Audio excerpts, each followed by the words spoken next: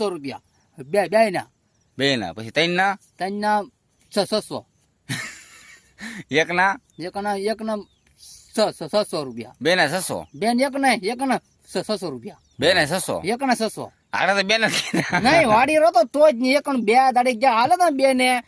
તો આપણે આ તો બધું થાય ત્રણ ના ત્રણ ના સતો થાય ત્રણ ના 600 થાય રૂપિયા 500 રૂપિયા અલ્યા ત્યાં 12 થાય રૂપિયા